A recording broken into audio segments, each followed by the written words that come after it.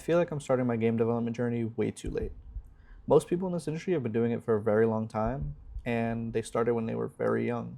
So it feels like I have a lot of catching up to do. My name is Michael Lane, and I'm a game development student here at Pace. And I just wanted to discuss the feelings I've had as I'm changing careers and getting into a new industry, and what it's like as an older student who is overcoming some of these struggles so far. I've been a gamer my entire life, and about a year ago, I decided I wanted to turn that hobby into like a real passion and a career. So I decided to go back to school and try to actually make that dream a reality. I'm really hoping that this video can serve as me beginning to document my journey and showing the little steps that it takes to get to the end goal, which is becoming a game developer, and showing other people that it's something that is attainable no matter where you start in life. Throughout this video, I'm going to explain why I feel like I belong here at Pace, why I feel like I belong in the game development industry to begin with, and all the struggles that I've had to overcome and learn to deal with throughout this journey. Gaming has always been a really big part of my life. It was often a way for me to escape from all the bullshit I had to deal with as a child, and it always felt very out of reach for somebody like me to even make games. Like, there was way too many hurdles for somebody like me to overcome. It always felt like other people were better, other people were more artistic, other people started earlier, other people were smarter than me, but I realize now that was me just making up excuses for why I hadn't started. Since returning to school, I've learned that this industry takes a lot of dedication and a lot of discipline to succeed in, and there's no room for excuses like that. You almost have to convince yourself that you belong here well before you have the chance to prove that you belong here. However, imposter syndrome is something that gets to all of us in the tech industry, and throughout this video I want to explain some ways that I've learned to cope with it and to overcome it, and I hope that it can shine some light on how it's not impossible. So, I keep on mentioning imposter syndrome, and you might be thinking to yourself, what exactly is imposter syndrome? Well, to put it simply, it's the feeling that you are not competent enough in a certain skill or area when you've previously displayed that you are more than competent enough and you do have the skills necessary to succeed. Honestly, I can't think of anything that describes me more to a T. I'm constantly in a cycle of like self-doubt and I'm not good enough, and it caused me to do a little bit of research on like why I feel this way and ways to cope with it. So I found an article by Stephanie Booth on WebMD called Imposter Syndrome and How to Overcome It. And in this article, she describes the 5 different types of imposter syndrome and how people can lean into one or the other or multiple of them. And I'm going to describe them to you guys so you guys can explain a little bit more where I'm coming from. So the first one she labels as the expert, somebody who, no matter how much information they have and how much knowledge they have on a subject, they still feel like they don't know enough, and they beat themselves up because of it. The next one is a superhuman, who they think they have to be excellent at every little category of whatever field they're in. So for me, it would be like I have to be excellent at music and art and coding and level design and a million other things that go into making a video game. I feel like I have to excel at all of them or I'm not good enough.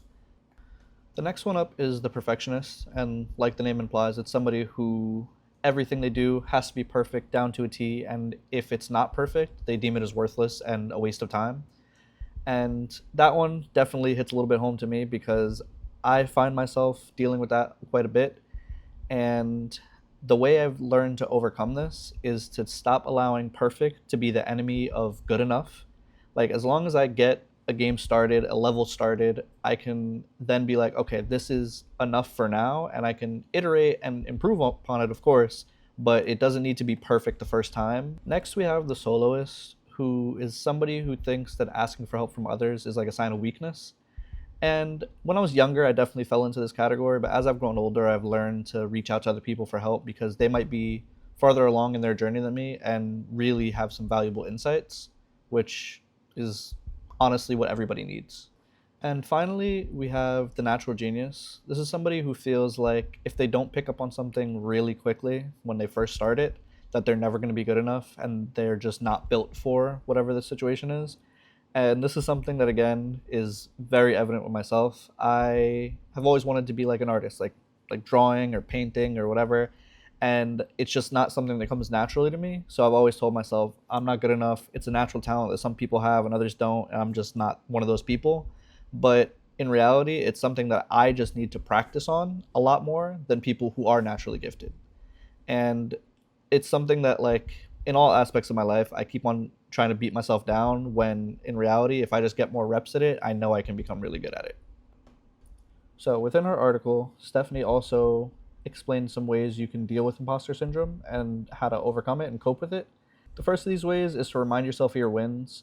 In this video, I'm going to show you guys a couple games that I've worked on already, and yes, they're not AAA, extravagant games, but they're small little wins that show that I can make games, and it's only the first steps in my journey. The next on her list is to be kind to yourself and constantly remind yourself that you are good enough and you can do this. You got to be your own number one fan, and if you're not in your corner, nobody's going to be in your corner. And along with that, like, the people that are in your corner that are going to give you praise, you have to accept that praise and not deny it just because you feel like you're not good enough. Like, they're telling you, like, wow, this is really impressive, you're doing big things. Next, Stephanie reminds us to not compare yourself to others, and I'm very guilty of this. I even probably mentioned it a little bit earlier in this video, that I'm constantly comparing myself to others and where they're at in their journey, and that is always going to make you believe that you're not good enough. A great way to stop comparing yourself to others is to try to just be the best version of you. If you want to compete with yourself from yesterday, that's perfectly fine, because you can build on that, you can iterate on that. But you can't look at somebody who's been a developer for 10 years and expect to be where they're at tomorrow just because you want it. You have to work at it and you have to take those steps necessary. But comparing yourself to where they're at in their journey is never going to help. Next, Stephanie explains that actual frauds don't have imposter syndrome. So if you already feel this imposter syndrome, that means you're not an imposter and you are somebody who's competent enough. The last coping mechanism I want to talk about is something that's important for everybody, whether you have imposter syndrome or not. Anybody who's dealing with anything internally, I think it really helps to talk to someone, whether it's your friends, family, a therapist. If you talk it out, they can remind you that you are in a lot better of a spot than what you think you are. And hearing that external help can really help you get out of a bad spot mentally. So earlier in the video, I spoke about giving yourself props when you have a win, and I just wanted to discuss a little one of my most recent wins with you guys. For the last month or so, I've been working on a game called Controls. That's been my final project for my game development class, and it has been quite the journey and a lot of hard work. So I just wanted to talk to you guys about it and what it's been about. So this game, Controls, is all about disrupting players' muscle memory. And if I can still make an interesting game when I strip that muscle memory away from players and they can't rely on it anymore, or if it would just lead to excessive player frustration and they would get really sick and tired of it really quickly. The reason that I came up with this idea is because my professor suggested I participate in the undergraduate research day here at Pace, and at first I really didn't know what I was going to even come up with or what this game was going to look like, but I wanted it to be something that could be seen as somewhat academic instead of just a silly little game that I made.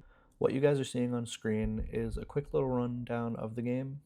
It's just me playing through it so I can show you guys what it is visually. But as you can see, it's a quick little puzzle game where each room that you enter has a brand new control scheme. And I wanted to see if players could really adapt to that quickly, or if it would just become something that's excessively frustrating and they wouldn't want to play it anymore. One of the best parts about making this game was having my friends, family, and classmates playtest the game.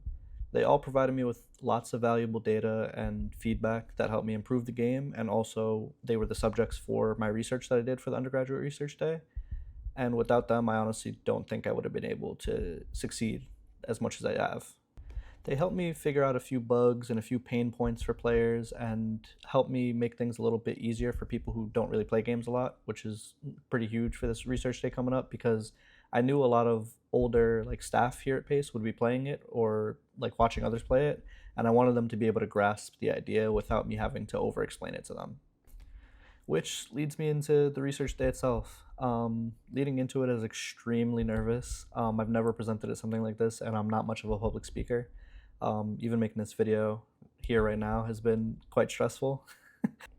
However, this research day showed me that like I do belong here, and it was a really big win for me, honestly, because a lot of people really enjoyed my work and they really engaged with it, and they were very impressed with my findings. And a lot of people were there were like really excited to play the game and they had a lot of fun with it. So it was just really cool to see all these new faces really be enveloped in something that I worked on with my own two hands. So yeah, overall Controls has been a really big W for me, and the first one in hopefully many. And in my next video I want to show you guys like the full process behind me making it, the struggles, the bugs, the issues, all of it. So look out for my next devlog.